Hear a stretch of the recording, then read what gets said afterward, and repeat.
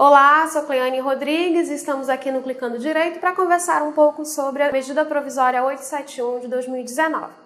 Essa medida provisória, muitas pessoas têm chamado ela de medida provisória pente fino ou mini reforma previdenciária. Ela trouxe várias alterações quanto aos benefícios previdenciários e essas alterações elas estão válidas a partir do dia 18 de janeiro de 2019. Nós vamos falar alguns pontos dessas alterações na tela. O primeiro ponto é a pensão por morte.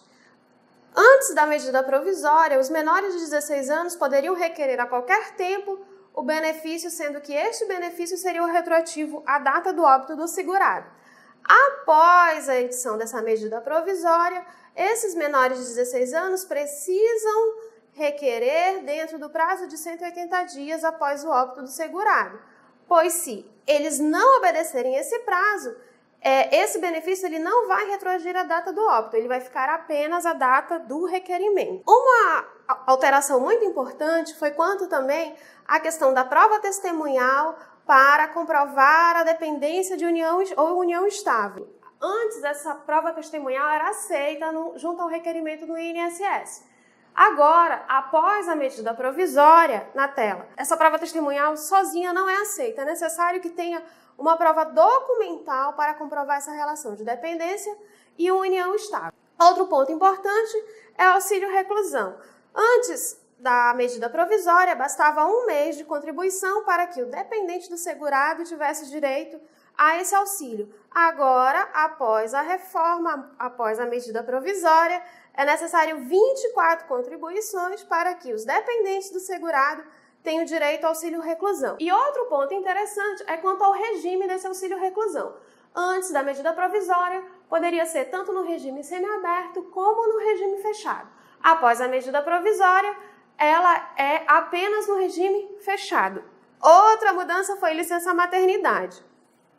Antes da medida provisória, era necessário solicitar a licença maternidade até 5 anos após o parto. Depois da medida provisória, necessário também observar o prazo de 180 dias após o parto ou adoção. Então, nós temos mais um prazo aí para nos preocupar, que é quanto à questão da licença maternidade. Antes, isso é um ponto muito importante, a licença maternidade tinha 5 meses de carência. Se essa segurada perdesse a qualidade de segurada, continuaria contando a carência a partir da nova filiação.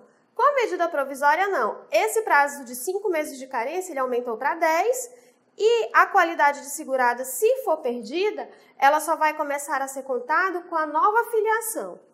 E por fim, para a gente encerrar esse nosso bate-papo, nós vamos falar um pouco sobre o trabalhador rural. Antes, para requerer a aposentadoria especial, o trabalhador rural bastava ter uma declaração dos sindicatos dos trabalhadores rurais. Agora, até 2020, basta um trabalhador rural fazer uma autodeclaração, sendo que essa autodeclaração não mais precisaria do sindicato, e sim precisaria ser homologada numa entidade de Programa Nacional de Assistência Técnica e Extensão Rural da Agricultura Familiar e Reforma Agrária, ou seja, no Pronatec. Bom, aqui nós falamos um pouco das alterações que tiveram na medida provisória. Lembrando que você precisa ler a medida provisória, a validade da medida provisória por 60 dias, tá? Podendo ser prorrogada por mais 60 e indo à votação para que vire uma lei. Então, pessoal, esses foram alguns pontos da medida provisória. Aos poucos nós vamos trazendo mais outros pontos. Lembrando que o INSS já publicou um memorando que vai ajudar a operacionalizar essa medida provisória. Nós estaremos aqui no canal tirando dúvidas. Se inscrevam no canal, comentem os nossos vídeos, deem sugestões de assuntos que vocês gostariam de ver. Aguardamos vocês numa próxima oportunidade. Clicando Direito, tá no ar, tá na área.